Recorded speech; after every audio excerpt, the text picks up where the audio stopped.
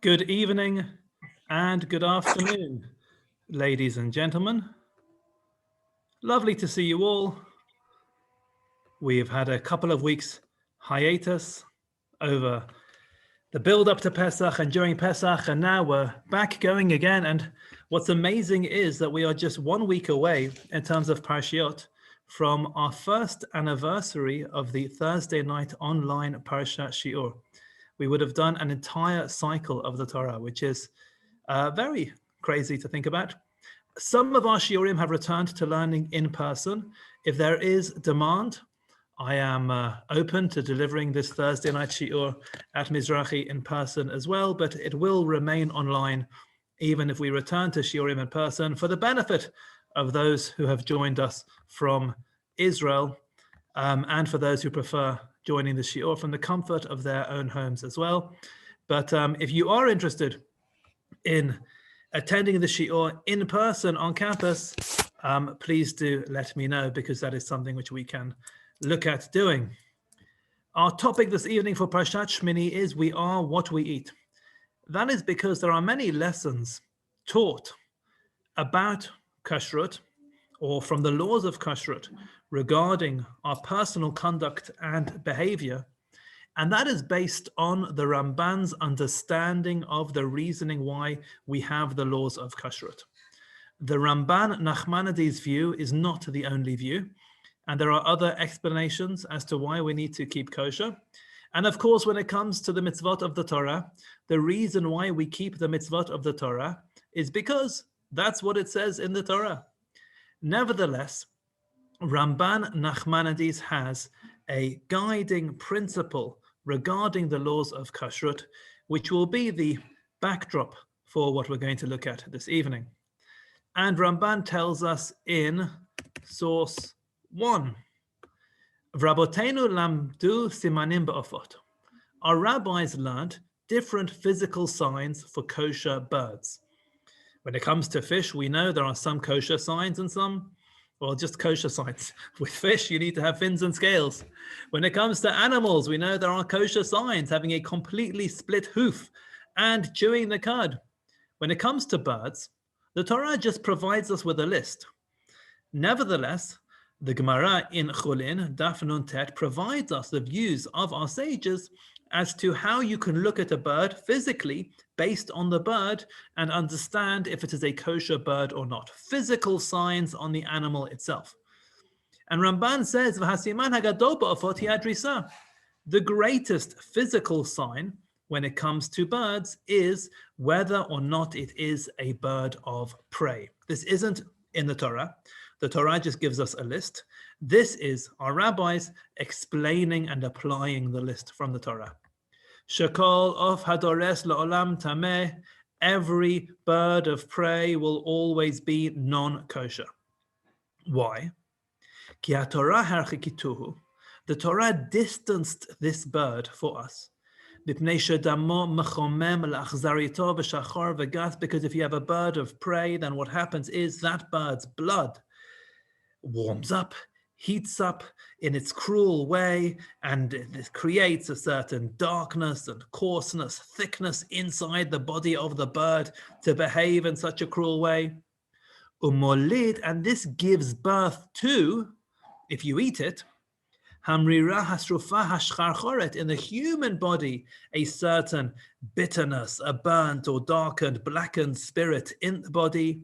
V'noten achzariyut balev, and what it leads to is placing cruelty in the heart. In other words, according to Nachmanides, if we eat cruel animals, we become cruel people. So according to Ramban, we are what we eat, in that we take on the character traits of the animals that we consume. And he goes on to say, maybe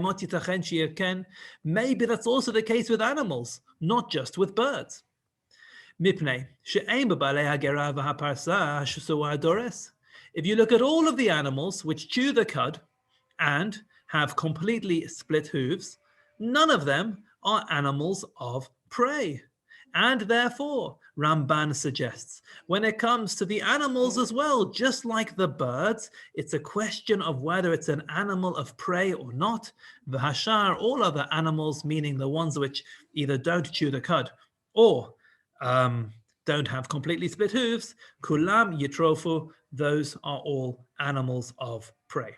So according to Ramban, this is the guiding principle of kashrut. We are what we eat.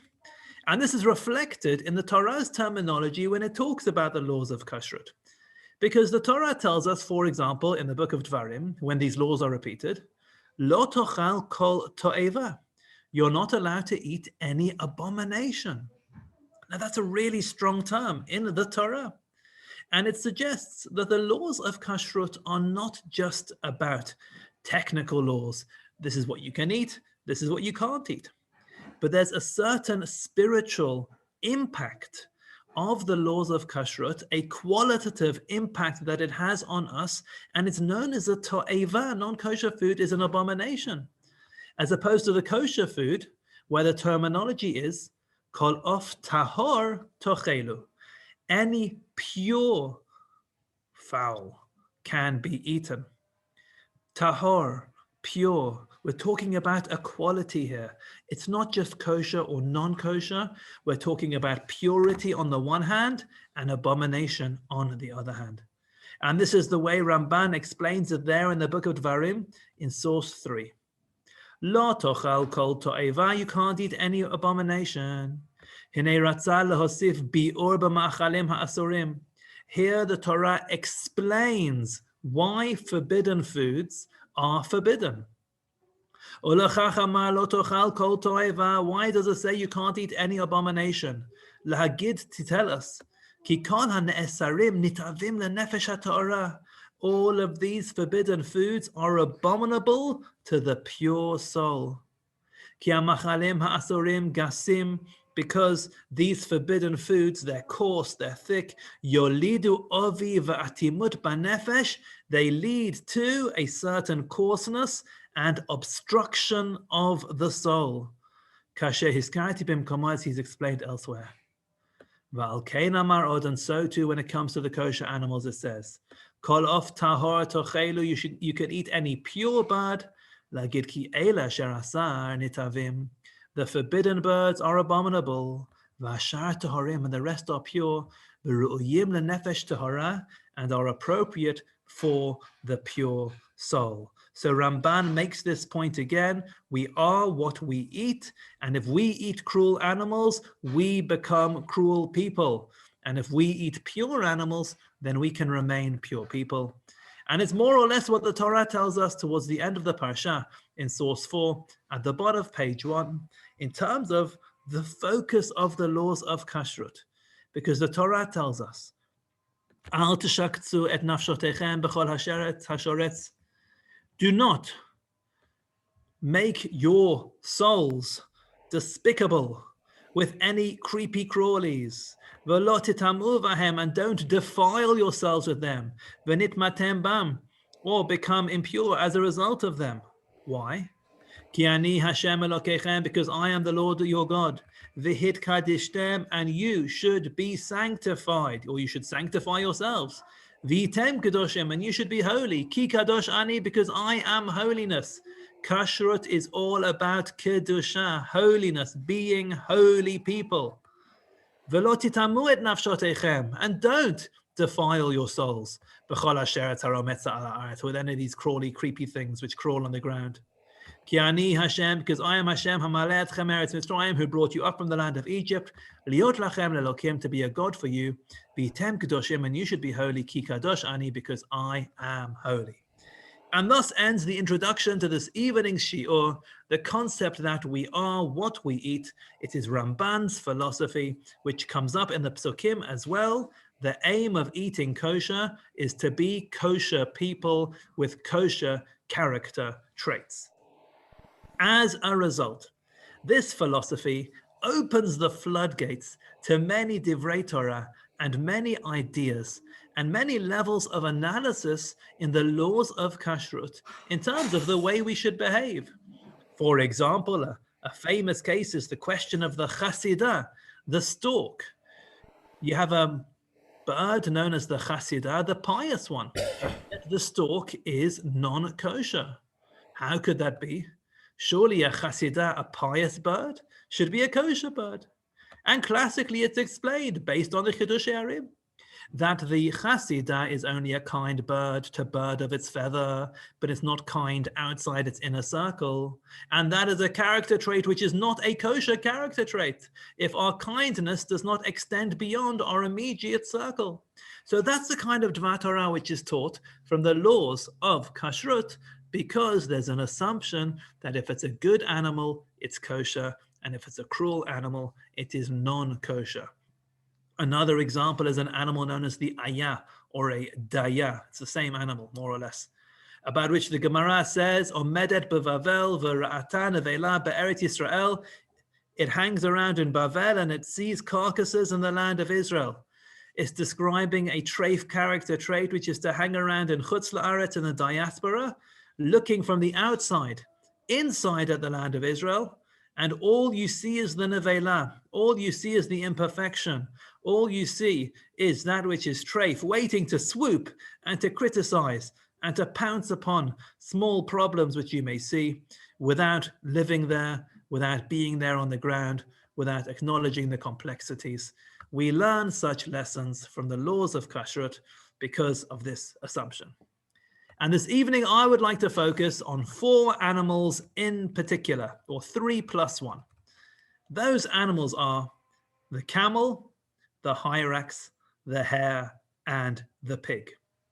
This is a very special set of 4 animals which we will learn about in source 5 at the top of page 2.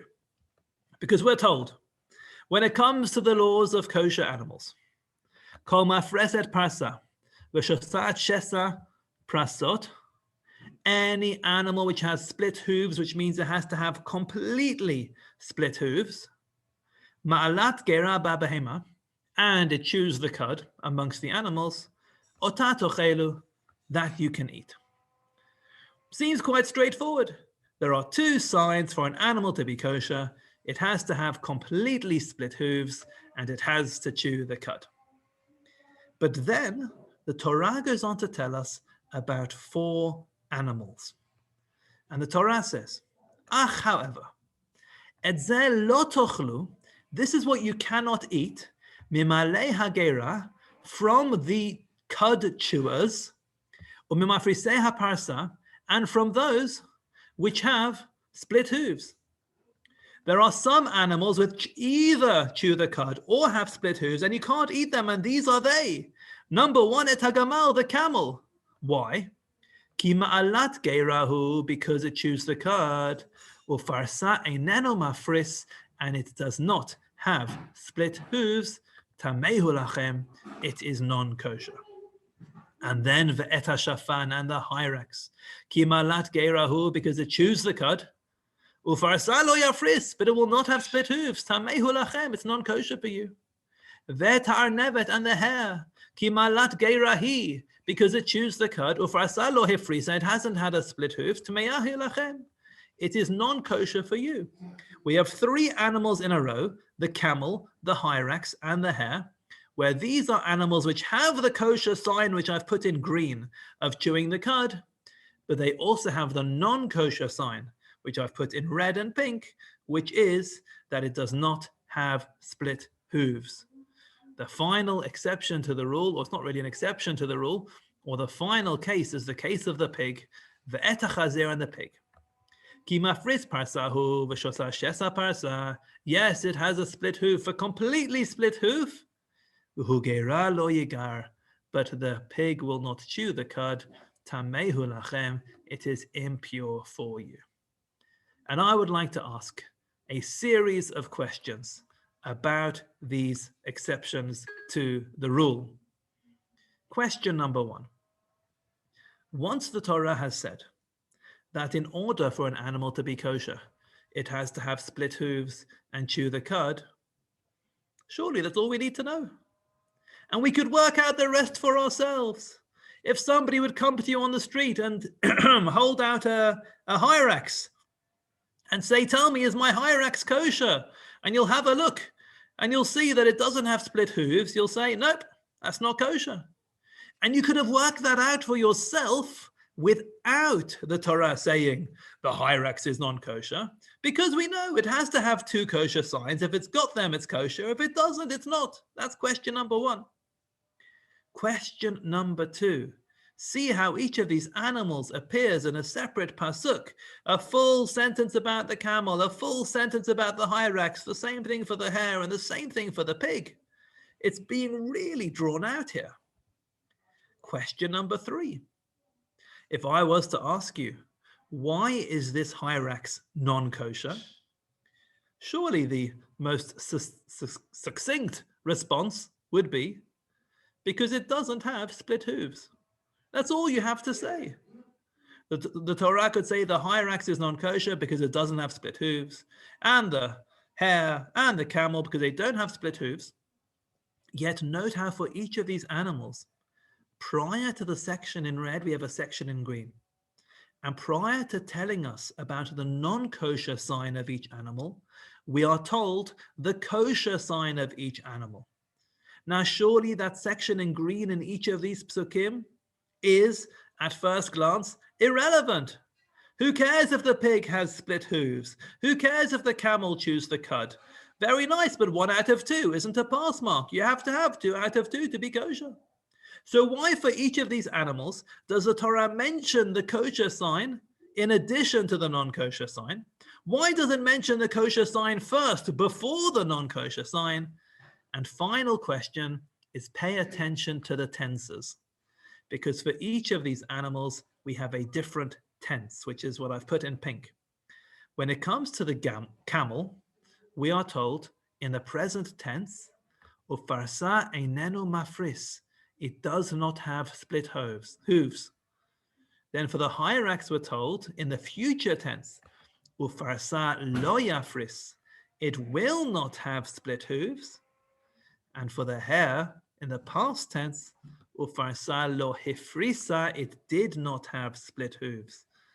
3 different animals, 3 different tenses, present, future, and past. What is going on here in these psukim? And I'll commence with the final question, and then we'll move back to the earlier questions. There are those who explain, based on the Midrash, that each of these animals represent a different enemy who has come up against the Jewish people at different stages in history, and therefore some of them, it's relevant to talk about the past, present, and future. That's one direction which I'm not going to go into this evening or afternoon. The other direction that some people take is that they do it from a biological point of view, and they talk about the development of the split hoof of each animal and why for each animal the tense is relevant. I'm not going to do that either. I'll share with you the explanation of Rabbi Israel Salanta. And it's said in the name of Rabbi Israel Salanta that the Torah is teaching us an important lesson here when it comes to judging the kashrut of other human beings. You cannot say an animal is treif until you know its past, its present, and its future. And the same thing with a human being as well. You cannot write off another human being until you know where they've come from, you know where they are today, and you know where they are going as well.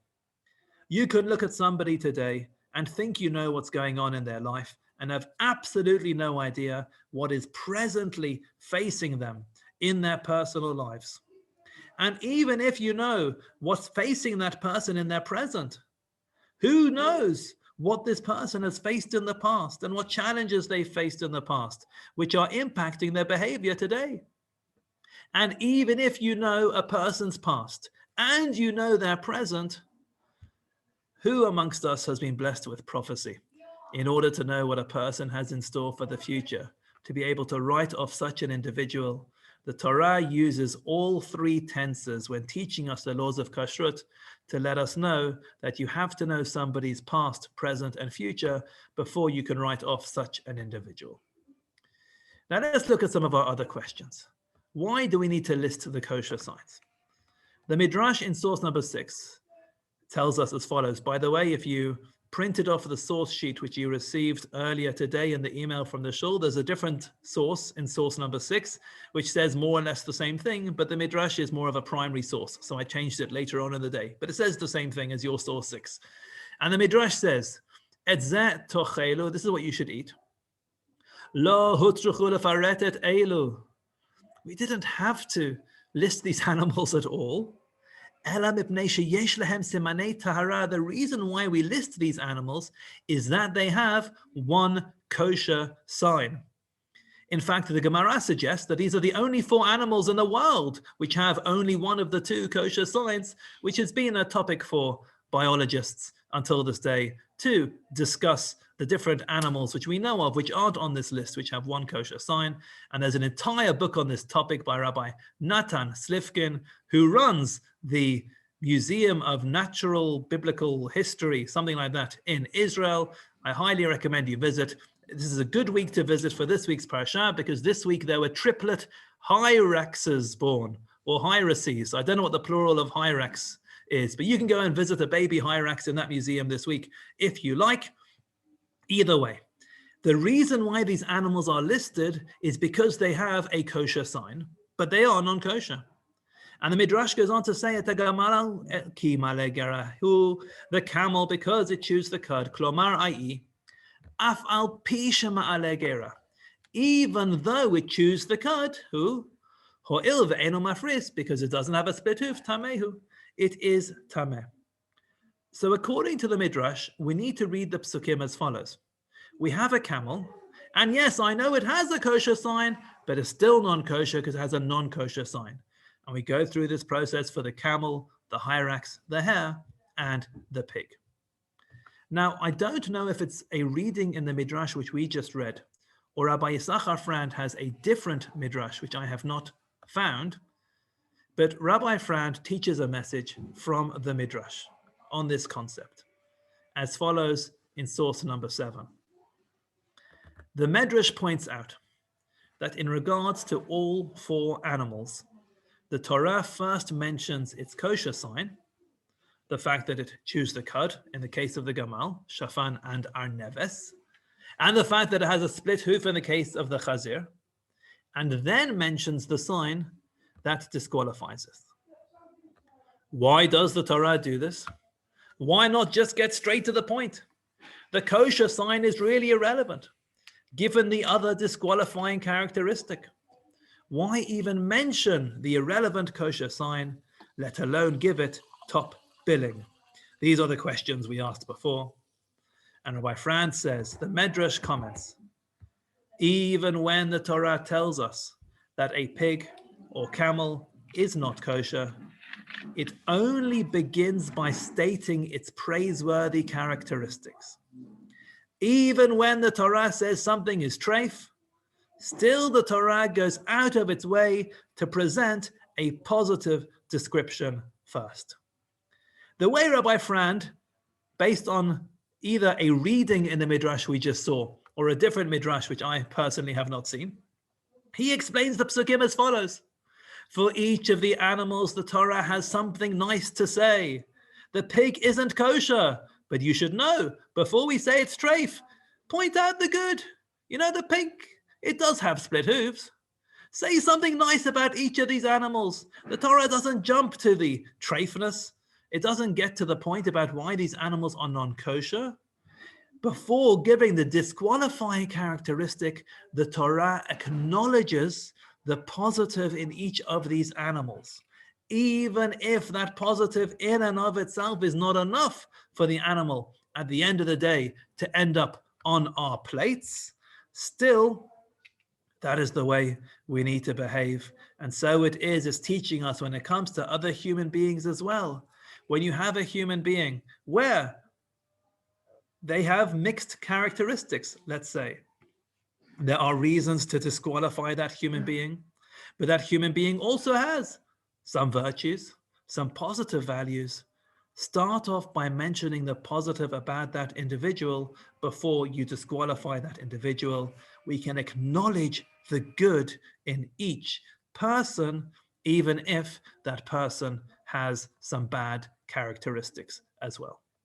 This is the way Rabbi Frand reads this. And I find this particularly fascinating because it is the absolute opposite way of reading it from the way the Kli Yakar reads it. Not only in the reading of the psukim on a technical level, but in terms of the message which is being delivered. Rabbi Frand gives this lovely kumbaya, loving message, be nice about everyone and everything, even if it's treif, highlight the positive, very nice. Let's look at the Kli Yakar at the top of page 3. The Kli Yakar, Rabbi Shlomo Ephraim of Lunchitz, in source 8, says as follows. Et hagamal, the camel, ki maleh gerahu, because it chews the cud. Hava leilomar, should have said, ki parsa eineno mafris, it should have just said, the camel is non-kosher because it doesn't have split hooves.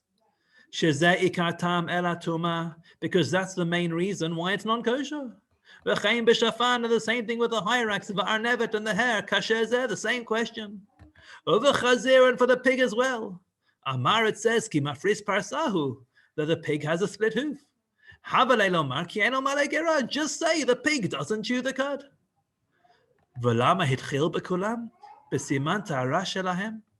And why for all of them does it start off with their kosher characteristic? The Kli Yakar says with some very strong words. Ubiur inyan zeh. The explanation of this matter is for all of them, their kosher characteristic, mosif tuma al tumatan, adds impurity on their impurity. It makes things worse. Kederech shamru be'esav. The classic example is the parable which is given of Esav, shenimshal lechazir, who is compared to being a pig, sheposhet et tlafav, which sticks out and flaunts its hooves.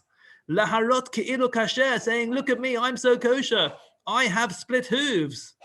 But on the inside, Esav, represented by the pig, is just filled with deception.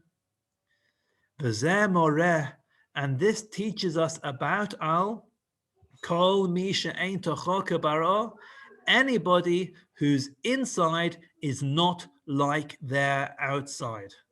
Kemidat hatzvuim, like the hypocrites, hamarim et atzmam ksherim, who externally show and flaunt their kosherness. However, v'hema bli safek, these individuals are undoubtedly gru'im min harasha hagamur, they are worse than the absolute rasha. Shetocho varo shavin lera'ah, at least the complete rasha is honest. There's no deception. You see what you get. They're bad on the inside and rotten on the outside, but they're not trying to trick anyone or to pretend to be something they're not. The Kli Yakar says having one kosher sign and one non-kosher sign makes you more treif than having two non-kosher signs because of the hypocrisy involved, whether like the pig you flaunt your kosherness, or like the other animals where you see that it's chewing the cud and you think it might be kosher, but actually this is a non-kosher animal. This is the opposite of Rabbi Frand's message. Rabbi Frand said that the kosher sign, we acknowledge the good, we see that there's some niceness there, we have to start off saying something nice. The kosher sign is the positive value in this complex creature. The Kli Yakar says that the kosher sign is a deceptive treif sign. But al-kain, therefore, hafrasat parsa b'chazir, the fact that the pig has a split hoof, who siman tuma, is a non-kosher sign. It's not in green, I should change it all to red. It's a non-kosher sign. Because with this hoof he can trick others. To show off how kosher he is. And the other way around with the camel and the hyrax and the hare.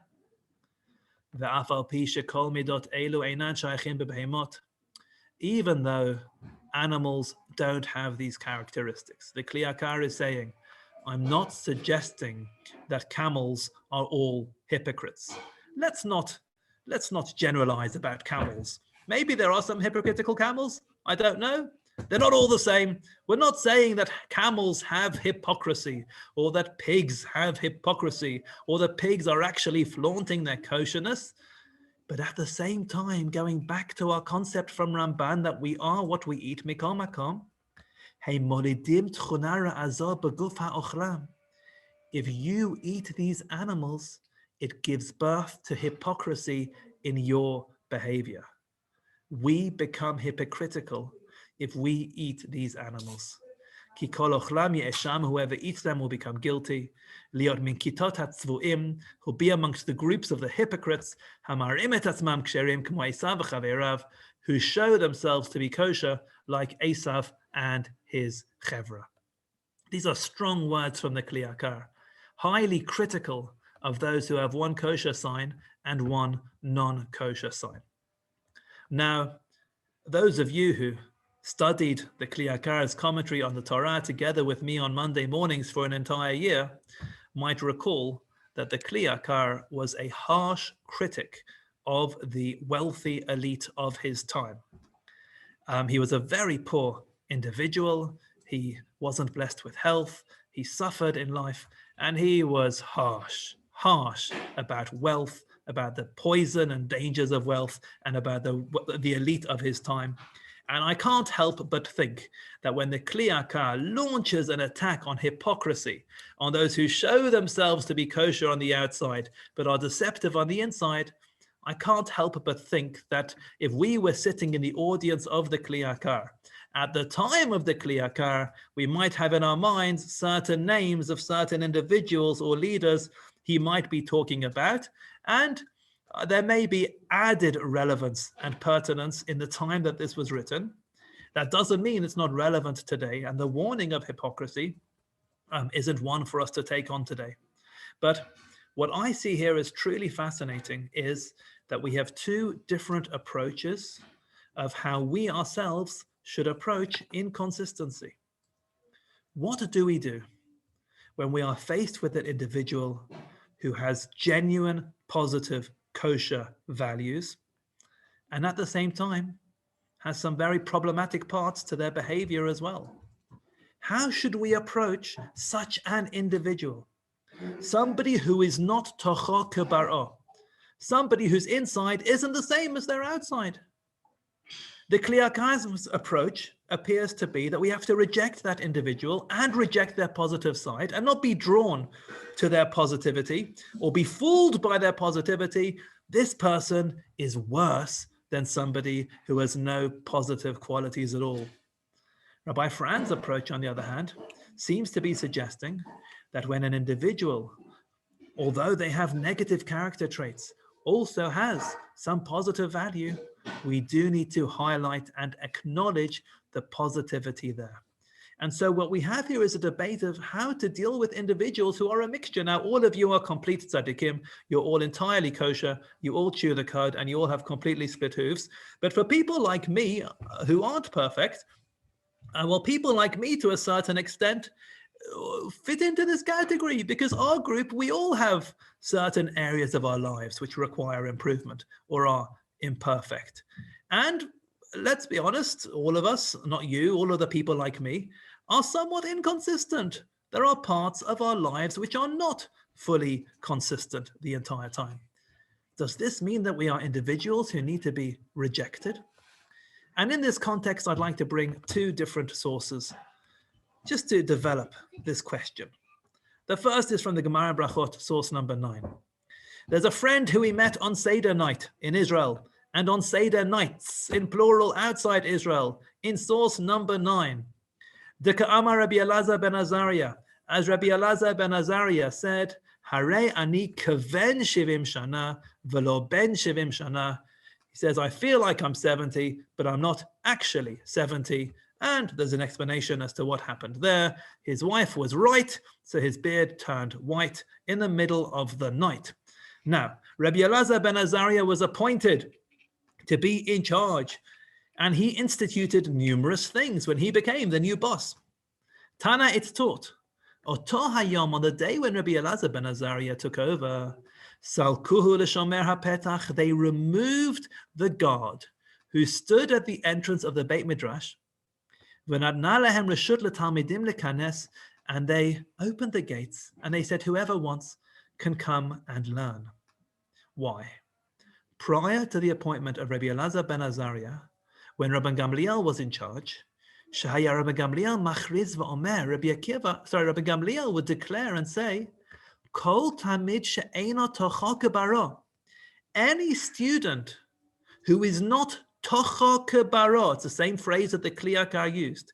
Anybody whose inside is not the same as their outside, anybody who's not consistent in that way, anybody who's hypocritical, lo yikanes lebeit HaMidrash, can't come in. So in the time of Rabbi Gamliel, only the elite who were pure on the inside and pure on the outside could enter the Beit Midrash. Rabbi Elazar ben Azariah takes over. He gets rid of the bouncers at the entrance of the Beit Midrash. He takes down the sign saying, no hypocrites allowed. And let's see what happened to Torah study as a result. Hahu Yoma, on that day, itvasvu kama safseli. Many benches had to be added to the Beit Midrash on that day. Amar Rabbi Yochanan says, Pligi ba'Abba Yosef ben Justay v'Rabbanan. There are different views as to how many benches were added on that day. Chad Amar, one opinion is, itvasvu arba mea safseli. 400 benches were added to the Beit Midrash on that day. The Chad Amar, the other view is, shva mea safseli. 700 benches were added to the Beit Midrash on that day. Whether it's 400 or 700, by taking down the sign which says only people who are on the inside the same way that they are on the outside are allowed to come into this Beit Midrash and learn, Rabbi Elazar ben Azariah opened up the world of Torah, made Torah more accessible, and he gave an opportunity to those students who maybe had complexities and inconsistencies and a level of hypocrisy in their life. He gave them an opportunity to enter the Beit Midrash and at least have an opportunity to become better people and to become more consistent and less hypocritical individuals. And so this Gemara, and I believe the message of this Gemara, is very much standing and siding with Rabbi Fran's understanding of how to deal with inconsistency with individuals, which is to embrace the positivity in that individual and to highlight it and to acknowledge it. And who knows, maybe something could happen with that good. We mentioned that you have to know the past, the present, and the future. Maybe in the past, this person's a completely wicked guy. And in the present tense, this person has some bad things and some good things. Who knows? Maybe in the future, they will be completely good. We don't know what the future will hold. That is the direction of this Gemara.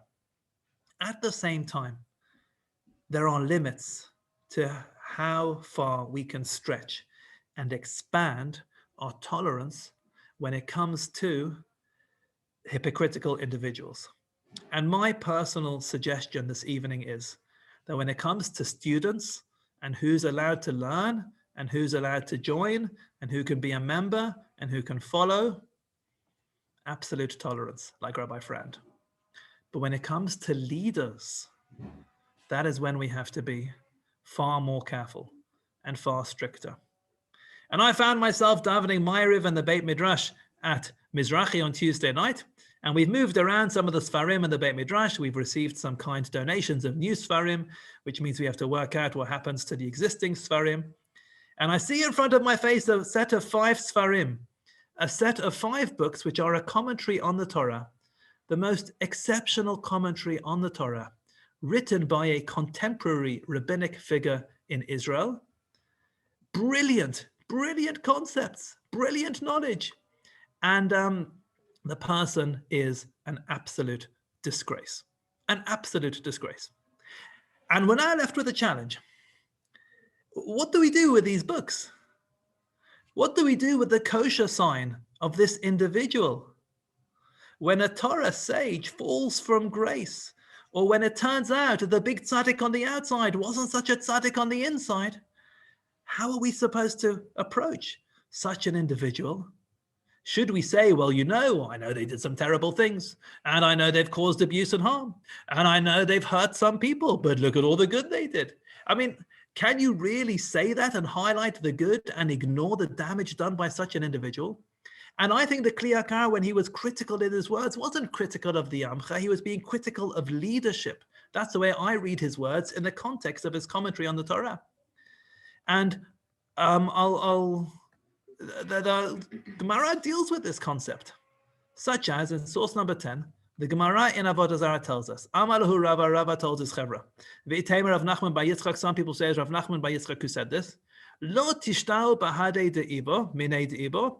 Don't deal with this guy called Ibo, the ka'acha lachmad armai, because he eats Aramean bread. So let's forget about what he was doing wrong. There was this teacher who did something wrong in his life. Ramban explains there, Lo tishtau minei de'ibo, klama, what it means, al tomru davar shmoa mishma. Don't quote Divrei Torah in that person's name. This person has a stain against their reputation. Stop quoting their Torah. And Rav Shechter in Israel uses this as a source to say that you shouldn't quote the Torah of disgraced individuals. Just forget that Torah. Don't quote it, because the Gemara says you shouldn't quote the Torah of an individual who had inappropriate ingredients in their behavior. And I'll just bring one final source where somebody else grapples with our question, which is, what do we do with the camels, the hyraxes, the hares, and the pigs of this world? The people who have positivity and kosher things to contribute, but also some terrible things in their lives as well. And Rav Moshe Feinstein has a tshuva about this in source number 12. He doesn't mention the name of the individual, but it's not too difficult to work out who he's talking about. And the question posed to Rav Moshe Feinstein is as follows. But Avar Echad, there's one person, Shaya ben Torah becheskat kashrut, who was a Torah Jew, no reason to suspect an individual, Kama Shanim, for a number of years, V'hu menagen sha'asani gunim al shirei kodesh, and he's a musician who made up tunes for some of our holy songs, V'lashir, l'chatunot, and for wedding songs, V'hurgulu kama b'nei Torah lezameratan b'smachot shel mitzvah, and at many occasions, many people sing this person's songs. Nowadays, it's difficult to go into a shul and not hear one of this person's songs. V'atan now, ein shmuata tova, his reputation isn't what it used to be. What was the claim at the time? Because he brings boys and girls together and he sings in front of mixed audiences. Now, it's important to know the context that this was the claim Rav Moshe Feinstein was responding to. He wasn't responding to the future claims of abuse committed by this individual. He's talking about performing in front of mixed audiences. And the question is, are you allowed to sing this person's songs? Rav Moshe Feinstein says, in my humble opinion, there's nothing forbidden, because the songs are from when he was still a good guy. So if the tunes are from when he was a good guy before he went off the derech, before he fell from grace, we can still sing those tunes. However, in this matter where he's lost his reputation, it's not a question of belief in Hashem, just some light-headed behavior to perform in front of these mixed audiences. So he's not an apikoires, he's not a heretic, he's not outside the tent. He's not somebody who's breaking halacha, following his urges, but there's just a certain level of inappropriateness or lightheadedness in that behavior. So it's not the end of the world. However, if this person was really found to have done worse things when it comes to inyanei kfira, matters of heresy, then the tunes prior to that person losing their reputation, from when that person was a better person, can be sung, but afterwards they are problematic. And here Rav Moshe Feinstein grapples with our question, which we grapple with more often than we think and more often than we know, because we sing the music of a pig in our shuls nearly every single week. I know it's a very strong statement, but it's not untrue. And the question is this the correct approach? How do we approach those individuals who, on the one hand, on the outside, showed themselves to be such tzaddikim, and they did have positive values, and there was a level of kashrut in what they gave, but at the same time, there were some real treifnesses as well. The bottom line is that these individuals are treif. The question that remains is, how do we deal with those kosher signs? And I'm not sure there's a clear direction based on what we said this evening, but what's clear is that we shouldn't be drawn or fooled by their kosher signs. That's certainly the message of the Kli Yakar, and in less extreme cases, because not every level of treifness is the same. In less extreme cases, when we're not talking about Mahadran treif, just normal treif, in those kind of cases, we can also adopt the approach of Rabbi Frand based on the Midrash, that we do need to acknowledge and highlight positivity when it is there. That's it for this evening. I'm now going to pass over to Rav Yehoshua Asolin, our Rosh Kollel, who is going to become the host of this event and will continue to teach us in the most beautiful Hebrew language. Rav Yehoshua, it is all yours. Let's go off, Danny. Shabbat shalom to you and your family. Thank you. Thank you, Ben, Faye, שלום, Eve. Thank שלום you very much. לכולם, Shabbat ערב shalom. טוב. ערב טוב, שבת שלום, שבת שלום. יישר כוח הרב. שבת שלום לכל ההולכים, ערב טוב לכל הנמצאים ולכל הנכנסים. טוב לראות אתכם, וטוב ללמוד כאן איתכם אחרי קצת זמן שלא למדנו ביחד. עבר קצת זמן, עברו כמעט שבועיים, והנה אנחנו. בפעם האחרונה שלמדנו, עדיין לא התחלנו לספור ספירת העומר. והתלבטתי על מה לדבר. וחשבתי שאולי יש מקום לדבר קצת על הספירה ועל המנהגים שאנחנו נוהגים בספירה. אנשים שאלו אותי בשבוע האחרון, וחשבתי שזה נושא מעניין הדיומה שחשוב לדבר עליו. למה? למה אנחנו בעצם נוהגים מנהגי אבלות? הרי כפי שרובכם אולי יודעים, אז בספירת העומר אנחנו קצת נוהגים מנהגי אבלות, קצת לא מתגלחים, אז קצת מתחיל להיות פה זקן, לא מסתפרים, לא מתחתנים וכו' וכו'. השאלה היא למה? אז אני מניח שאת זה אתם יודעים יותר טוב ממני, כי אתם שמעתם את זה יותר פעמים ממני, נכון? למה אנחנו נוהגים מנהגי אבלות? אתם מוזמנים לגמרי להשתתף. רגע, אתם יכולים שנייה אחת. יכול להיות שה-definition, how do I do it? זה ככה. It participants, allow participants to unmute. Yeah, so you can unmute, נכון? אתם יכולים לדבר. שתי סיבות. מצוין. אוקיי, אז כן, אז שולמית, מה את אומרת? שתי סיבות. אחד, שבזמן רבי עקיבא התלמידים הם מתו עד העומר. הסיבה השנייה, שזה הזמן של הקרוסיידס, שהרבה יהודים מתו. יפה מאוד, יפה מאוד. אז באמת, יש הרב מלמד, תכף אולי נגיע לדבר הזה, אבל באמת הרב מלמד בפניני ההלכה מתעסק בזה, זה לא סיבה לספירת העומר פר סי, מה שנקרא לכשעצמו, אבל זו בהחלט סיבה מדוע בחלק ממדינות אשכנז החמירו יותר בימי ספירת העומר. בסופו, אז אולי רק נתחיל עם הדבר הזה כהקדמה, ואז נתקדם. אז בעצם יש הסיבה העיקרית הידועה, היא מפני מה שקרה לתלמידי רבי עקיבא. אם אולי אני אפילו אחלוק איתכם את המסך, רק רגע, בבקשה, בואו נראה. אז באמת, שים אתכם פה, כמובן תרגישו חופשי, שלום עליכם. אני פה בבית מקדש עם האנשים, אז אנשים מגיעים. טוב, אז תרגישו חופשי בבקשה, אני ממש מבקש, רוצה להפציר בכם, לבקש מכם, אם יש מילה שאני אומר והיא לא מובנת, אנא מכם תגידו, מישהו יכול לשאול, זה בסדר, לשאול מה אתה מתכוון, מה זה להפציר, כן? להפציר זה לבקש עוד ועוד ועוד, עד שהבן אדם השני מסכים.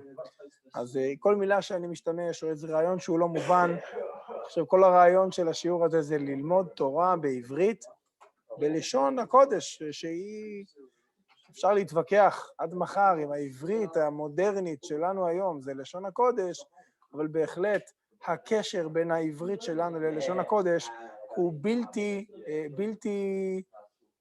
הוא לא ניתן לוויכוח, הוא ברור לחלוטין. אוקיי, עכשיו, אז בואו נתקדם. אז כפי שאתם מכירים, וכמו שציינה שולמית, באמת, בשולחן ערוך כתוב, שוב, רק הדבר הזה עצמו, נוהגים שלא לישא אישה בין פסח לעצרת עד ל"ג בעומר. אז לפי שולחן ערוך, בין פסח לעצרת, מה זה עצרת? שבועות. עצרת הוא חג שבועות, שזה מאוד מעניין, אולי תכף נגיע לקבלה קצת, אבל בכל מקרה, בזמן הזה נוהגים שלא לישא אישה, שזה דבר שהוא קצת ביטוי של אבלות, מפני שבאותו זמן מתו תלמידי רבי עקיבא. כן? אז כמו שאמר שולמית, מתו תלמידי רבי עקיבא. מוסיף הרמ"א, רבי משה ישראל איש, אומר, מיהו בארמית זה מכל מקום, זה מה שנקרא, מכל מקום, זאת אומרת, למרות שנוהגים מנהגי אבלות בין פסח לעצרת, מל"ג בעומר ואילך, מל"ג בעומר והלאה, הכל שרע, הכל מותר. ואומר הרמ"א, יש מנהג בהרבה מקומות, נוהגים להסתפר עד ראש חודש אייר, ואותן לא יספרו מל"ג בעומר ואילך. אז יש כל מיני מנהגים בספירה, הרב מלמד מסכם אותם בצורה יפה, אבל חשוב לזכור את הדבר הבא. יש שני טעמים עקרוניים. הטעם הנגלה, מה שאנחנו נוהגים לקרוא לו טעם הפשט, הוא באמת מותם של תלמידי רבי עקיבא. הם נפטרו, ואנחנו כביטוי לאבלות, לזכור את מותם, אנחנו מתאבלים על מותם, זה דבר אחד.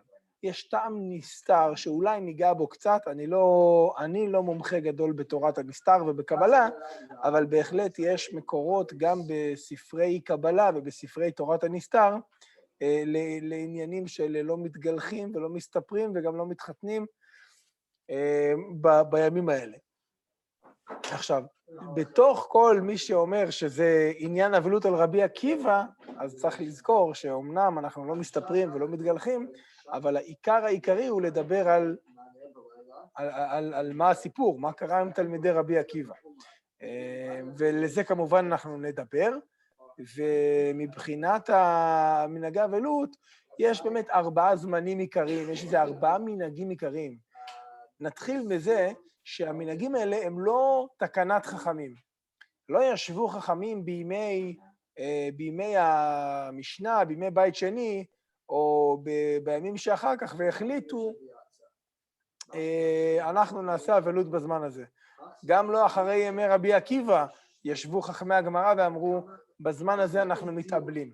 זה לא קרה אז, אלא שלאחר שנים החליטו עם ישראל, הרבנים, המנהיגים ועם ישראל קיבלו על עצמם לנהוג אבלות בגלל הדבר הזה. אם כן, נמצאנו למדים שהדבר הזה אינו תקנת חכמים, זו אינה מצווה דרבנן, אם נקרא לזה כך, במובן הרגיל, אלא זה מנהג. ולכן מתייחסים לזה אחרת. בגלל הדבר הזה, אז גם יש הבדלים גדולים בין קהילות שונות. כי כל קהילה נהגה אחרת. ולכן, בוא נגיד, 4 המנהגים העיקריים זה, יש מנהג אחד שאומר שמנהגי האבלות נמשכים כל הימים של ספירת העומר, מההתחלה של הספירה עד הסוף של הספירה. זה מבוסס על הגמרא שאנחנו נראה תכף, על הגמרא במסכת יבמות. רגע, אני אפנה קצת את העמוד. יופי. זה מבוסס על הגמרא במסכת יבמות שמיד נראה. מנהג נוסף הוא מנהגי האבלות נמשכים עד ל"ג בעומר בלבד, עד ל"ג בעומר בלבד. מדוע? כי יש מסורת נוספת, יש מקורות נוספים שבל"ג בעומר פסקו תלמידי רבי עקיבא מלמות. בגמרא כתוב שהם מתו עד עצרת, אבל יש מקורות אחרים שאומרים שבל"ג בעומר הפסיקו למות. יש מנהג שזה הרבה מהספרדים, נוהגים שעד ל"ד בעומר, זאת אומרת, ל"ג בעומר עדיין אסור במנהגי אבלות, ורק ביום המחרת, בל"ד בעומר, לאחר שהתחיל היום, לא הלילה, אלא כבר מקצת היום עצמו, אפשר כבר להתחיל להסתפר וכולי. ויש מנהג נוסף שהרבה מהאשכנזים נוהגים, זה 33 ימי אבלות. זאת אומרת, למה? יש לזה כל מיני הסברים, אבל לכאורה זה לא... זאת אומרת, יש כאלה שנוהגים לעשות את ה-33 ימים האלה בתחילת הספירה, יש כאלה שנוהגים עד ראש חודש אייר לנהוג את מנהגי האבלות. סליחה, עד ראש חודש אייר להסתפר ולא לנהוג מנהגי אבלות, ומראש חודש אייר, משהו כזה, להתחיל את מנהגי האבלות. יש בזה מנהגים שונים, וזה מעניין מאוד, אבל כל אחד ינהג כמנהגו וכמנהג משפחתו, אבל אולי כדאי לדבר על בעצם למה. ואני שואל למה. אני שאלתי למה אנחנו נוהגים מנהגי אבלות, שולמית ענתה, כי תלמידי רבי עקיבא מתו. אבל אני עדיין חושב שאנחנו צריכים לשאול, אז למה נוהגים מנהגי אבלות? זאת אומרת, אז מה אם הם מתו? הרבה אנשים מתו. אני רק רוצה לציין להערה של שולמית קודם, שבגלל הפרעות שהיו, היו כמה וכמה פרעות בהיסטוריה בימי ספירת העומר. זאת אומרת, גם מסעות הצלב, מסעות הצלב של הנוצרים, היו גם כן, רובם היו בימי ספירת העומר, גם 500 שנים אחר כך בפרעות אסונות תח ותת, שוב, עוד פעם, היו הרבה רציחות במזרח אירופה, והרבה מאוד עשרות אלפים, אולי אפילו מאות אלפי יהודים נרצחו. גם הפרעות האלה היו סביב ימי ספירת העומר, אבל זו לא הסיבה שבגללה אנחנו נוהגים אבלות בספירת העומר, זו הסיבה שהרבה מהאשכנזים מחמירים בהם יותר, כן? אבל כמובן, השאלה שאני הייתי רוצה לשאול היא כזאת, זאת אומרת, בואו נקרא קודם כל את הסיפור של הגמרא, ואז נשאל כמה שאלות. אז הגמרא אומרת כך, רבי עקיבא אומר, למד תורה בילדותו, ללמוד תורה בזקנותו. זאת אומרת, גם אם למדת תורה כשהיית ילד, ואתה חושב שאתה חכם, אל תפסיק. תלמד תורה גם כשאתה מבוגר יותר. לא רק זה, היו לו תלמידים בילדותו, יהיו לו תלמידים בזקנותו. אם היו לך תלמידים כשאתה צעיר, תמשיך ללמד. גם כשאתה זקן, אל תגיד, כבר יש לי הרבה תלמידים, אני כבר בסדר, אני את שלי עשיתי, כן? ניתן לומר, יש כאלה שאומרים, אני כבר עשיתי שליחות, אני כבר לא צריך לעשות עוד שליחות, כן? אני אומר, לא צריך להגיד את זה. גם אם עשית שליחות אחת במלבורן, אתה יכול ללכת ולעשות טוב. אבל אני אומר, לא, לגופו של עניין, רבי עקיבא אומר, גם אם לימדת את התלמידים, כדאי לך ללמד עוד ועוד ועוד, כמה שיותר. למה? אז קודם כל הוא מביא פסוק, בבוקר זרע את זרעך, ובערב ולערב אל תנח ידיך. זאת אומרת, כן, תזרע ותעבוד, אבל גם לערב אל תנח ידיך. תמשיך לעבוד ולעשות בשביל העתיד. ואז אומרת הגמרא, אמרו, בעצם הגמרא נותנת לנו הקשר. זאת אומרת, רבי עקיבא אומר, תמשיך ללמד תלמידים גם אחרי שיש לך הרבה תלמידים. למה רבי עקיבא אומר את זה? כי מספרת הגמרא, 12,000 זוגים תלמידים היו לו לרבי עקיבא. היו לרבי עקיבא 12,000 זוגות, בחשבון פשוט זה 24,000 תלמידים. מגבת ועד אנטיפרס. זה היה כנראה, לא בטוח איפה הגיאוגרפיה של המקומות האלה, אבל זה היה חבל ארץ רציני ביותר, והיו שם הרבה מאוד תלמידי חכמים, וכולן מתו בפרק אחד. כולם מתו בתקופה קצרה מאוד. אסון, ממש אסון. זאת אומרת, בזמן קצר, עולם תורה שלם, כל התלמידים של רבי עקיבא מתים. למה? אולי הדבר החשוב ביותר, הוא בעצם הסיבה שהם מתו, מפני שלא נהגו כבוד זה לזה, וכמה שאנחנו נגיד את זה, בכל שנה, אנחנו נגיד בדרשות, בשיעורים, בשולחן השבת, תלמידי רבי עקיבא לא נהגו כבוד זה בזה, אנחנו עדיין לא מצליחים תמיד ללמוד מהטעויות שהם עשו. זאת אומרת, לפעמים אפשר, אדם יכול לבוא ולהגיד, תלמידי רבי עקיבא, הם היו טיפשים, איך הם לא נהגו כבוד זה בזה? לא טיפשים, חס וחלילה, הם היו חכמים, אבל הם היו לא בסדר. איך הם ככה התנהגו, לא נהגו כבוד זה בזה. ואני אומר, קל מאוד לשפוט אחרים, אבל האם אנחנו נוהגים כבוד זה בזה? וכאשר אומרים כבוד זה לזה, לא הכוונה כבוד לחברים שלי, לאנשים שאוהבים אותי, לאנשים שמכבדים אותי, לאנשים שחושבים כמוני, חושבים את מה שאני חושב, אלא כבוד זה בזה. אתם יודעים שכשלומדים תורה יש מחלוקות. אתם יודעים שלפעמים אני סתם חוויה של בחור ישיבה בבית מדרש, אז יש ויכוחים ולפעמים יש צעקות, ואחד צועק על השני ואומר לו, אתה לא מבין, מתווכחים. אז יש ויכוחים, ובסוף הוויכוח צריך כמובן לא לחזור, אלא ברור לכולם שאנחנו אוהבים אחד את השני, מכבדים אחד את השני. אז אני אומר, אני חושב שעדיין יש לנו מה ללמוד גם בתחום הזה. בכל מקרה, לא עלינו מתו כל התלמידים האלה, והיה העולם שמם. העולם היה שמם, זאת אומרת, איך אומרים משממה באנגלית? אני לא רוצה. האמת היא שמישהו אמר לי, מישהו מחברי השיעור אמר לי, תשמע, כשאתה אומר מילה בעברית, אתה מתרגם אותה לאנגלית. זה לא טוב. כשאתה מתרגם לאנגלית, אף אחד לא זוכר. אז מעכשיו, תנסה להסביר את המילה בעברית במילים אחרות. אז אני קיבלתי קצת את התוכחת המוסר הזאת, ויש בזה משהו. היה העולם שמם, אתם יודעים מה הכוונה שמם בעברית?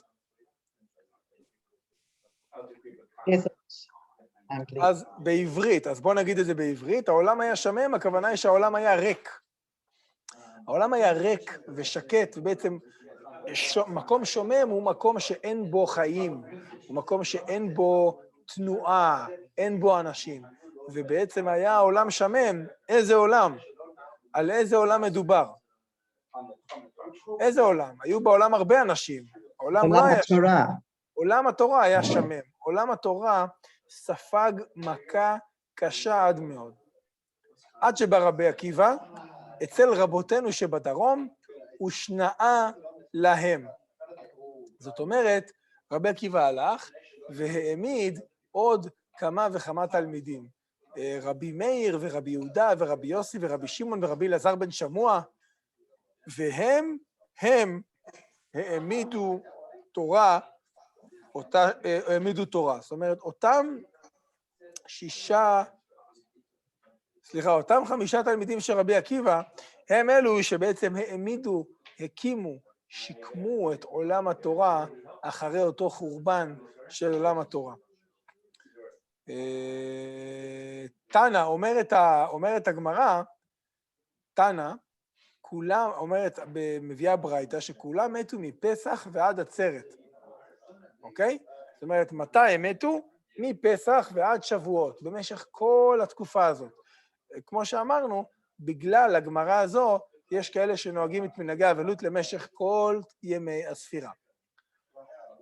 אז עכשיו אנחנו אולי קצת מבינים שזה היה דבר מאוד רע, אבל עדיין כדאי לנו לשאול 2 שאלות. א', מדוע אנחנו מציינים את המאורעות האלו במנהגי האבלות? זאת אומרת, קרו הרבה דברים רעים בעולם. אני חושב שאין יום שלא קרו בו דברים רעים מתישהו בהיסטוריה. וגם היו דברים רעים, היו דברים רעים גדולים וקשים. ומדוע דווקא האירוע הזה נבחר להיות מצוין בימים רבים של מנהגי אבלות? מה מיוחד האסון של תלמידי רבי עקיבא משאר אסונות ושאר מגפות, הם מתו במגפה. שנה שעברה, אם אתם זוכרים, דיברנו על המיטה שהם מתו, והגמרא פה אומרת, אני לא קראתי את זה, דילגתי על זה, אבל הגמרא מזכירה שזו מחלה שנקראת אזכרה, שזו מחלה שפוגעת בריאות. והיה לי מאוד, שנה שעברה אמרתי, זה קצת דומה לקורונה, קצת מזכיר את הקורונה, קשה שלא לזכור, אבל עכשיו אנחנו כבר יותר משנה בעולם של קורונה, אז זה כבר פחות אופנתי להגיד על כל דבר, זה בדיוק כמו הקורונה. אני חושב שעברנו כבר את השלב הזה מזמן. בכל מקרה, האם השאלה ברורה? מדוע דווקא האסון הזה נבחר להיות מצוין בכל כך הרבה ימי אבלות? האם השאלה ברורה? הרי קרו הרבה דברים אחרים גם לא טובים, מדוע דווקא כאן אנחנו עושים לזה ציון רציני? ודבר נוסף, מדוע דווקא בימי הספירה? זאת אומרת, הייתי מצפה שבימים שבהם אנחנו צריכים להתכונן למתן תורה, אנחנו צריכים, אז זה צריך להיות אולי אפילו ימים של שמחה, אולי קצת צריך רצינות, כובד ראש, כן, להיות רציני, לעבוד קשה, להתכונן ולהידבק בתורה, וללמוד תורה ולעבוד על המידות שלנו. אבל אבלות, ימים של אבלות זה דבר עצוב, זה דבר לא נעים. אז מדוע דווקא בימים האלה של הספירה, של הכנה למתן תורה, דווקא שם אנחנו נוהגים מנהגי אבלות? אז האם השאלות האלה הן בסדר? הן שאלות ברורות? הייתי עכשיו רוצה לשאול אתכם, האם יש למישהו תשובה לשאלות האלה? כן, אני חושב שהן שאלות טובות. למה מכל מיני אסונות שקרו בהיסטוריה, דווקא הדבר הזה אנחנו מציינים, ולמה דווקא בימים האלה נוהגים מנהגי אבלות? אם יש למישהו רעיון, אני אשמח, זה המקום לשמוע.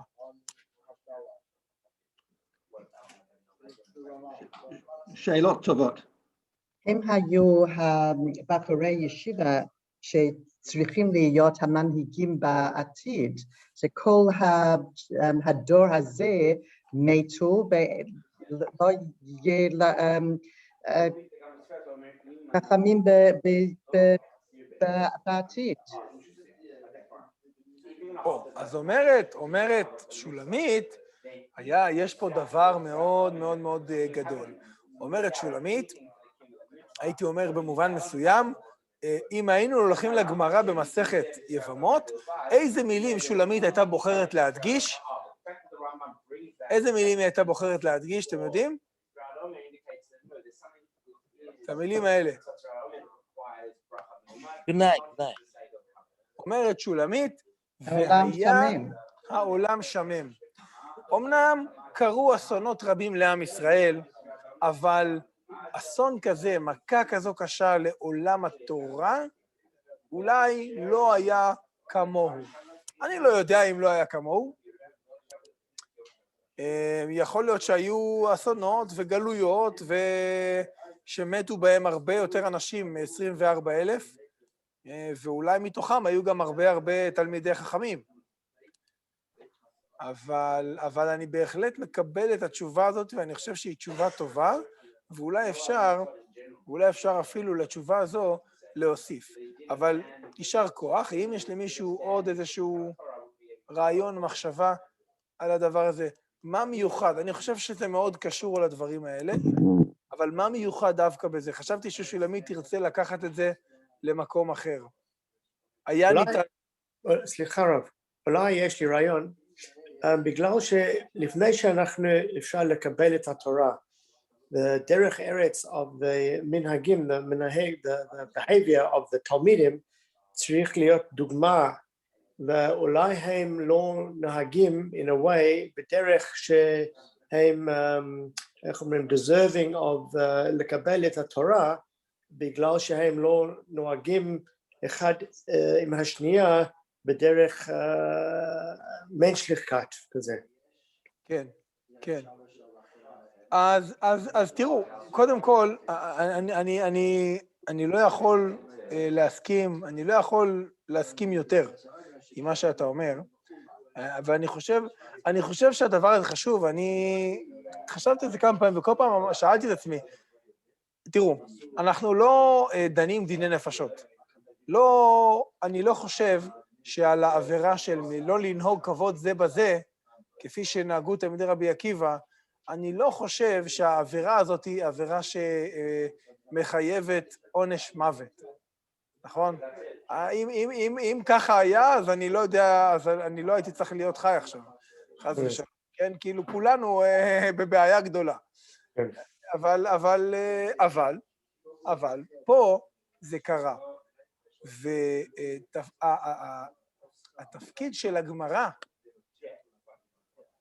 זאת אומרת, אתם יודעים, באופן כללי, דיברתי על זה איתכם בטוח, אבל בדרשה שלי במזרחי, לפני לילה שני, ליל הסדר, כן? אז דיברתי על זה שהתורה היא לא ספר היסטוריה. התורה היא לא ספר היסטוריה, היא לא באה לספר לנו נתונים, עובדות, מה קרה. התורה באה ללמד אותנו מה המשמעות של מה שקרה. זאת אומרת, אתם רואים שהנתון החשוב, פיסת המידע החשובה בגמרא הזאת, היא לכמה אנשים יגידו, מה הדבר הכי חשוב כאן? אני אגיד לך, 12,000 זוגים תלמידים לרבי עקיבא, כולם מתו בפרק אחד. זה כותרת חדשות, זה ממש כותרת חזקה מאוד בחדשות. זה חשוב, אבל זה עובדה היסטורית. הגמרא ובאופן כללי התורה שבכתב, התורה שבעל פה, אין מטרתה ללמד אותנו מה קרה בלבד, אלא המטרה היא ללמד אותנו מה המשמעות, וזה משהו שהגמרא יכולה להגיד, מדוע הם מתו. והגמרא קושרת מפני שלא נהגו כבוד זה לזה. אחרת אני לא הייתי... אבל הרב, אולי גם סיבה בגלל שלא אמרו ברכת תורה לפני שלמדו תורה. החטא הזה כביכול, שלא ברכו בתורה תחילה, הוא מדובר על החורבן. מדוע, על מה עבדה הארץ. אוקיי. כן, זה חטא שאפשר לדבר עליו, אבל אני רוצה רק להגיד, בסיפור הזה, יש פה כמה אלמנטים וכדאי להתייחס אליהם. אני רוצה להגיע בהמשך גם למה שאלן אמר, גם למה ששולמית אמרה. אבל אני חושב שהשאלות האלה כן צריכות להישאל, ואם כן צריך לענות, ואני חושב שאלן קצת התייחס, מדוע דווקא בימי הספירה? זאת אומרת, אז אלן יכול, למה אנחנו מתענים, או לא מתענים, אבל נוהגים אבלות בימי הספירה, אז אלן לא צוף יגיד לי עכשיו, כי זה קרה בימי הספירה. אבל יבוא יהודי וישאל... אנחנו צריכים בימי הספירה לתקן את המידות שלנו, לקבל את התורה, והם מלמד אותנו איך to behave. יפה מאוד. אם אני רק אנסה לחדד את השאלה, שוב, אני אומר, היה לי שיחה עם חבר, יבוא היהודי וישאל, בסדר, הם מתו בימי ספירת העומר. ואנחנו נוהגים אבלות בזמן שהם מתו, שזה במקרה יצא ימי ספירת העומר. האם באמת זה צירוף מקרים? האם זה מקרה שזה יצא שם? אז אומרת שולמית, אתה יודע מה? זה אפילו מתאים. זה אפילו מתאים, כי בימי ספירת העומר, אנחנו צריכים לתקן את המידות. ואני שואל, וואו, זה ממש צירוף מקרים. האם יכול להיות שזה... מה זה צירוף מקרים? צירוף מקרים זה כאשר שני דברים קורים ביחד, כאשר אין סיכוי שזה יקרה. כן, בצורה מקרית לחלוטין, שני דברים קורים אחד ליד השני.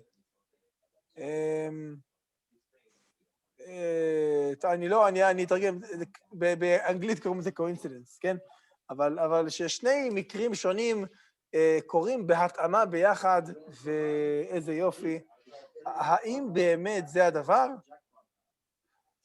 אפשר לומר, אני אצטרך לדלג פה כמה מקורות, אבל אולי באמת ככה בקצרה, אז אמרנו שעולם התורה היה שמם, צריך להבין, עולם התורה הזה זה תלמידי רבי עקיבא, זאת אומרת, רבי עקיבא הוא היה כמעט, אם ניתן לומר, משה רבנו של דורו.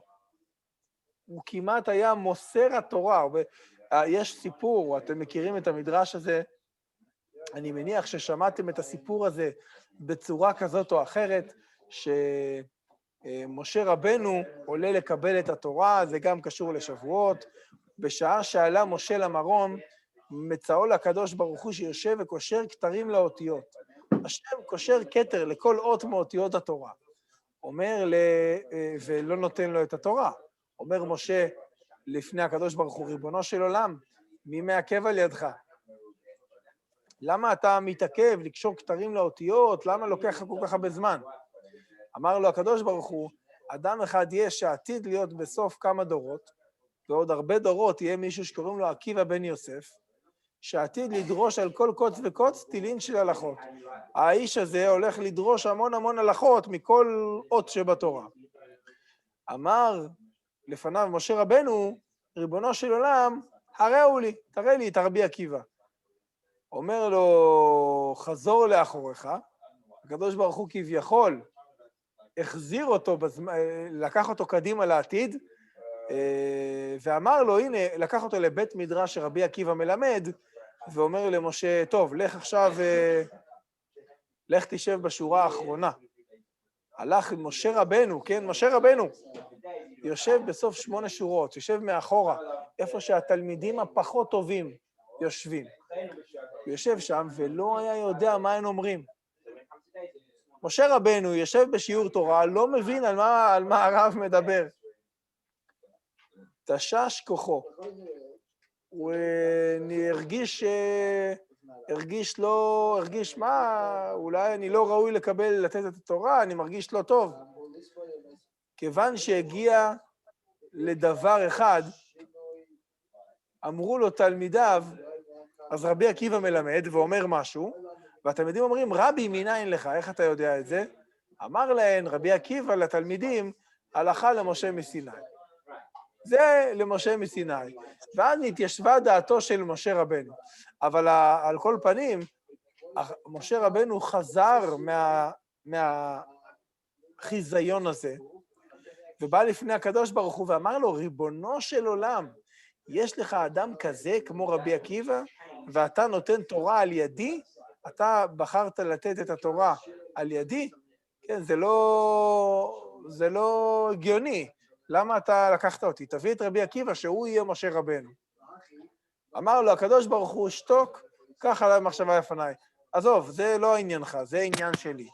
אבל רואים שרבי עקיבא, כמה גדול הוא היה, כמה מחובר הוא היה לתורה שלו.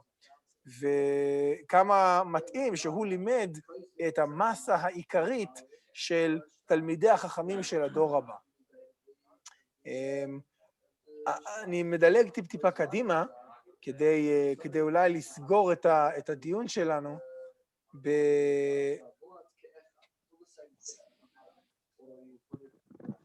אולי עוד 2 דקות על הדבר הזה.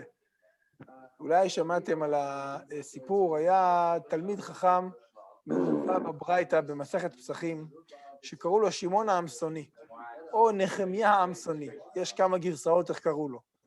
שמעון העמסוני, או נחמיה העמסוני, היה דורש כל עתים שבתורה. כל פעם שכתוב בתורה המילה עת, אז הוא היה דורש את המילה הזאת לרבות, ללמד, להוסיף עוד משהו.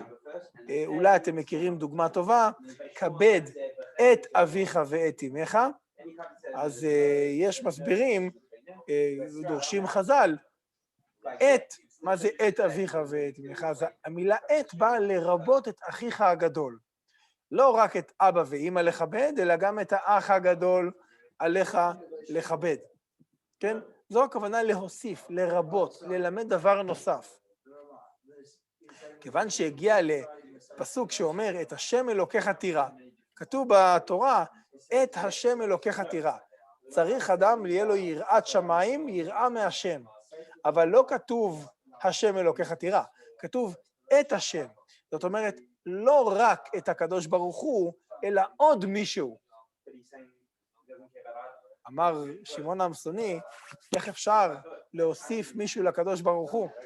הקדוש ברוך הוא אחד, יחיד ומיוחד, ואם אני עכשיו אתחיל להגיד שיש עוד מישהו שצריך ליראה, יבואו הכופרים והמינים ויגידו יש שני אלוהים, יש כל מיני דברים. אז הוא אמר, אז מה הוא עשה? הוא פירש, הוא אמר, טוב, את זה אני לא יכול להסביר.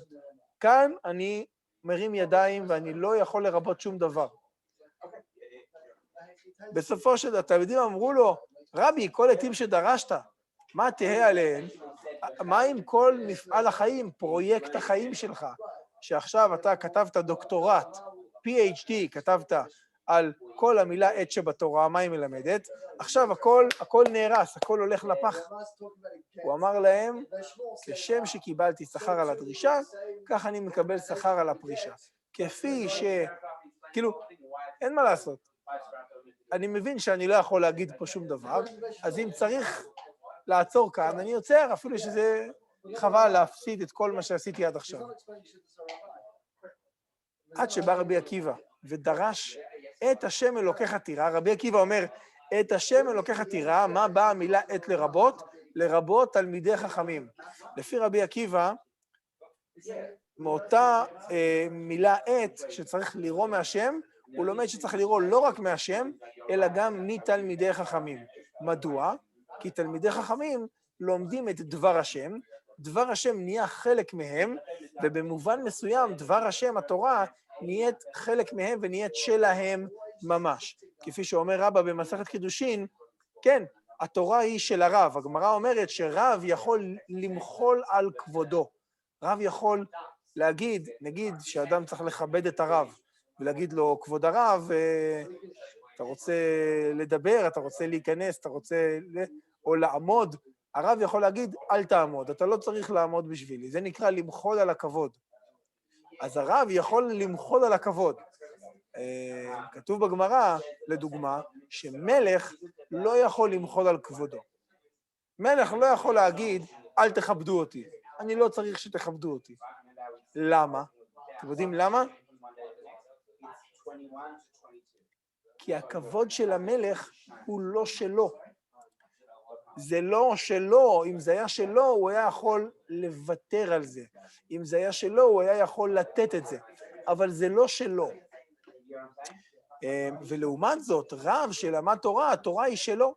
דכתיב, ובתורתו יהגה יומם ולילה. זה התורה של התלמיד חכם. התלמיד חכם שהוגה יומם ולילה, היא התורה שלו ממש. ככה רבי עקיבא ראה, ככה הוא ראה את החיבור של התלמיד חכם עם התורה, ככה הוא היה בעצמו. ולכן הוא היה אבי תורה שבעל פה. זאת אומרת, זה מתאים שהוא היה אבי תורה שבעל פה. ועם כל זאת, מתו כל תלמידיו. הרב קוק אומר דבר מעניין מאוד. אני אתחיל, שאלנו למה זה קרה בזמן ספירת העומר. האם זה צירוף מקרים? האם זה במקרה בדיוק שהם מתו בספירת העומר? הרי למה הקדוש ברוך הוא החליט להרוג אותם? למה הקדוש ברוך הוא המית אותם בספירת העומר דווקא? לא יכל למצוא זמן יותר טוב? הרב קוק אומר, וכל זמן מאיר בתכונתו. לכל זמן יש תכונה מיוחדת. למדנו בישיבה, כשהייתי בחור צעיר, אז המשגיח שלנו לימד אותנו דבר מאוד מעניין. בפרשת בראשית, כשהמלאכים מגיעים לאברהם, לספר לו ששרה תלד בן, אומרים חכמים במדרש, ששרה הלכה לעשות עוגות, שהעוגות האלה היו מצות, בגלל שזה היה, אותו זמן היה פסח. זאת אומרת, אברהם אבינו חוגג את הפסח. ויבוא השואל וישאל, איך יכול להיות שאברהם חוגג פסח? הרי פסח זה בגלל שבני ישראל יצאו ממצרים. אברהם אבינו חי לפני יציאת מצרים, אז עדיין לא היה פסח. מה שייך שהיה פסח? הסביר לנו הרב ריבלין, אמר, אנחנו לא מבינים נכון את הזמנים בעם ישראל. לא מפני שבני ישראל יצאו ממצרים באותו יום, אז היום הזה נהיה פסח, אלא בדיוק להפך. בגלל שאותו יום היה פסח, בני ישראל יצאו ממצרים באותו היום. זאת אומרת, הקדוש ברוך הוא מוציא את בני ישראל ממצרים. באיזה יום הוא עושה את זה? ביום שהוא יום של חירות, הוא יום של יציאה לחירות, הוא יום שמבטא את החירות. הזמן הזה בשנה שאנחנו קוראים לו פסח, הוא היה פסח עוד לפני שיצאנו ממצרים. ואנחנו חוגגים אותו כי זה הביטוי הגדול של החירות אז כשבני ישראל יצאו ממצרים. גם פה, הימים האלה של ספירת העומר, אנחנו לא הם לא מתו סתם. זאת אומרת, היה משהו בימים האלה שגרם להם להיענש. וכאן אני הייתי רוצה להגיד, אפשר לומר,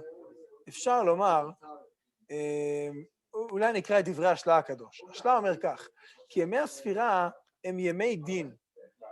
ימי דין, יש לנו, הקדוש ברוך הוא דן אותנו, שאף ישראל נתונים בדין, גם עם ישראל, כי עדיין לא נטהרו לגמרי. כאשר אנחנו אמורים להתכונן למתן תורה, ואנחנו לא ממש נטהרים, אז יש כאן איזשהו ביקורת, יש דין, זה לא בסדר.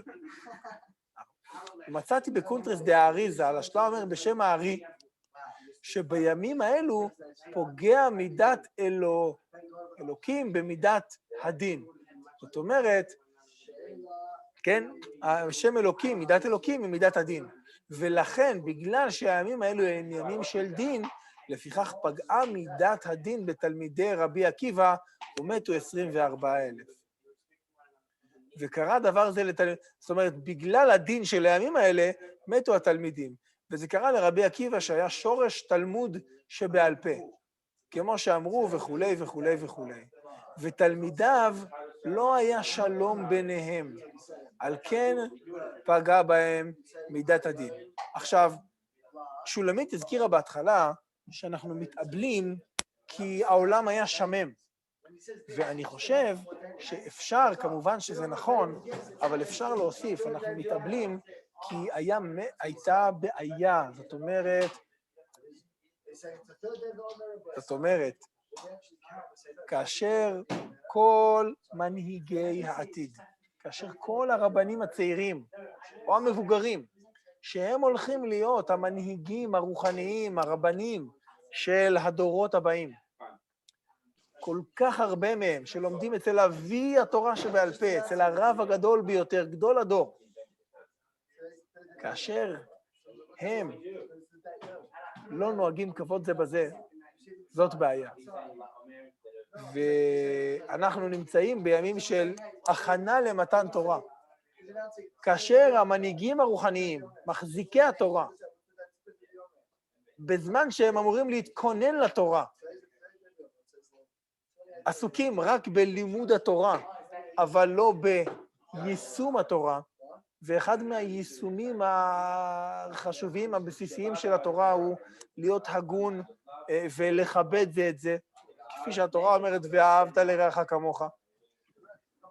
אז כאשר מנהיגי הדור כושלים בזה, בזמן שהם הכי אמורים להיות חזקים בדבר הזה, אני חושב שעליהם יש את הטענה הכי קשה. אם אדם פשוט לא נוהג כבוד זה בזה, לא נורא. אבל כאשר תלמיד חכם גדול לא נוהג כבוד באנשים, זה דבר נורא, זה עושה נזק עצום. אנחנו רואים את זה בימינו, כמה יש הרבה אנשים שמתנהגים לא טוב, אבל כאשר רב עושה דבר לא טוב, חס ושלום גונב כסף, עושה דברים חמורים, כאשר רב עושה את זה, זה הרבה הרבה יותר נורא. אתה אומר, אם אלה המנהיגים שלנו, אז מה קורה פה? אז במובן מסוים, עולם התורה שמם. אם כל הרבנים שלך מתנהגים ככה, עולם התורה שמם. ולכן הדבר הזה הוא בעיה של כולנו. ולכן כולנו רוצים להשתדל, לקחת את זה ליבנו, זה דבר שאי אפשר להגיד, אוקיי, בוא נמשיך הלאה. לא, צריך לזכור את זה ולציין את זה, ולהשתדל כמובן לתקן את מידותינו, ואולי ביותר לנהוג כבוד זה בזה, גם במי שלא מסכים איתי, גם במי שלא בדיוק חושב כמוני, וגם במי שהוא לא ה-cup of tea שלי. ובזה סימנתי וי על כמה מילים באנגלית בסוף השיעור. חברים יקרים, שבת, שלום ומבורך, שאלות אחרי התפילה. אבל בשביל זה אתם צריכים לבוא לפה. להתראות ונראה תודה רבה לך, שבת שלום. תודה לכם, שבת שלום ומבורך. בכוח. כוח.